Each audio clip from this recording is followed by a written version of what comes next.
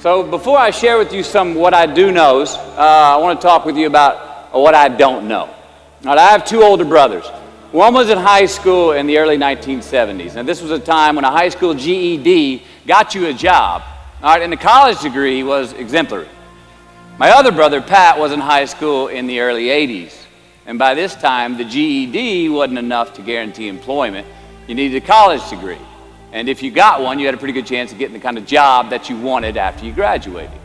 Now me, I graduated high school in 1988, got my college degree in 1993. And that college degree in 93 did not mean as much. It was not a ticket, it was not a voucher, it was not a free pass go to anything. So I asked the question, what does your college degree mean? It means you got an education. It means you have more knowledge in a specific subject, vocation. It means you may have more expertise in what your degree is in. But what's it worth? In the job market, out there today, we know the market for college graduates is more competitive now than ever. Now, some of you already have a job lined up. You've got a path where today's job is going to become tomorrow's career. But for most of you, the future is probably still pretty fuzzy. You don't have that job that directly reflects the degree you just got. Many of you don't even have a job at all.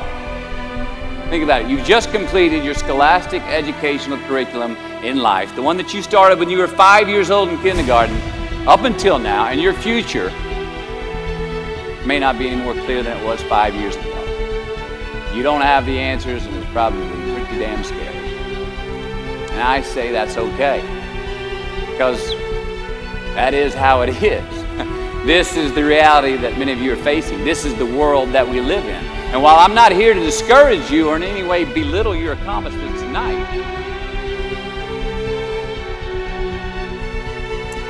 no, I'm not here to be a downer on that. Let's get that straight. But I am here to talk brass tacks. I want to skip the flattery and the attaboys, because I do know this.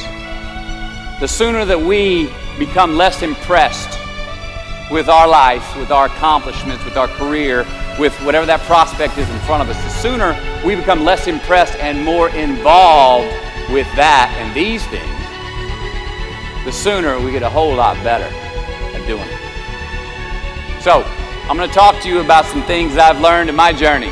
Most from experience, some of them I heard in passing, many of them I'm still practicing, but all of them I do believe are true.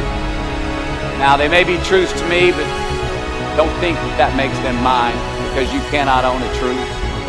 So please think of these as signposts, approaches, paradigms that give some science to satisfaction. They're yours to steal, they're yours to share, liken to your own lives, to personally apply in your own lives, in your own way, should you choose to. So, here we go. Number one, this should come up on the Jumbotron. Life's not easy. Is it up there? Life is not easy. It is not. Don't try to make it that way. Life's not fair. It never was. It isn't now, and it won't ever be. Do not fall into the trap, the entitlement trap, of feeling like you're a victim. You're not. Get over it and get on with it. And yes, most things are more rewarding when you break a sweat to get them. Bye. Number two. I love it. Unbelievable is the stupidest word in the dictionary. Should never come out of our mouths. Think about it. To say, oh wow, what an unbelievable play. It was an unbelievable book, an unbelievable film, an unbelievable act of courage. Really? It may be spectacular, it may be phenomenal, most excellent or outstanding. But unbelievable? Give others and yourself more credit.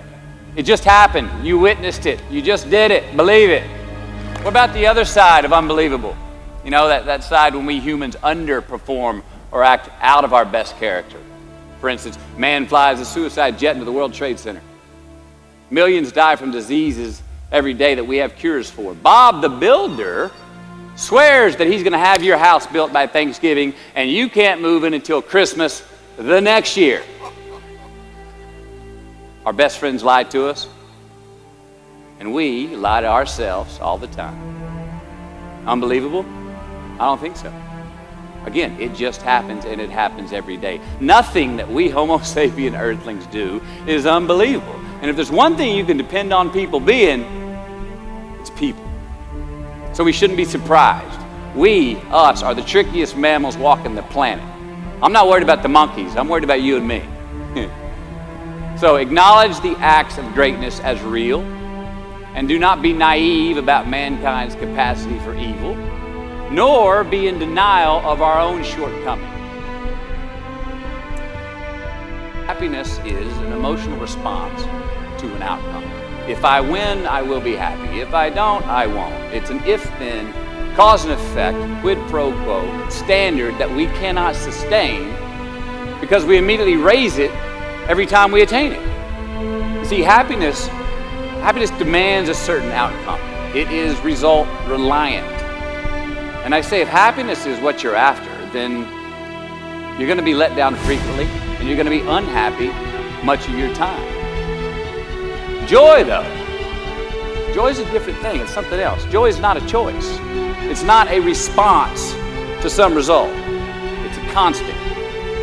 Joy is the feeling that we have from doing what we are fashioned to do, no matter the outcome.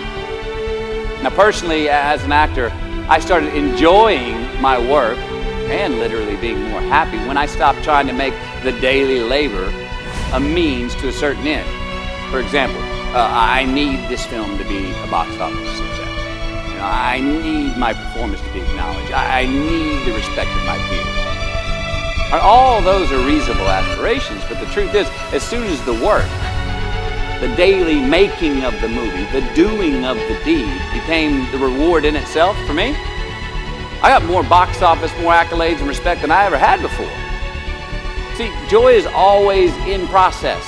It's under construction. It is in constant approach, alive and well in the doing of what we're fashioned to do and enjoying. Number 4, define success for yourself.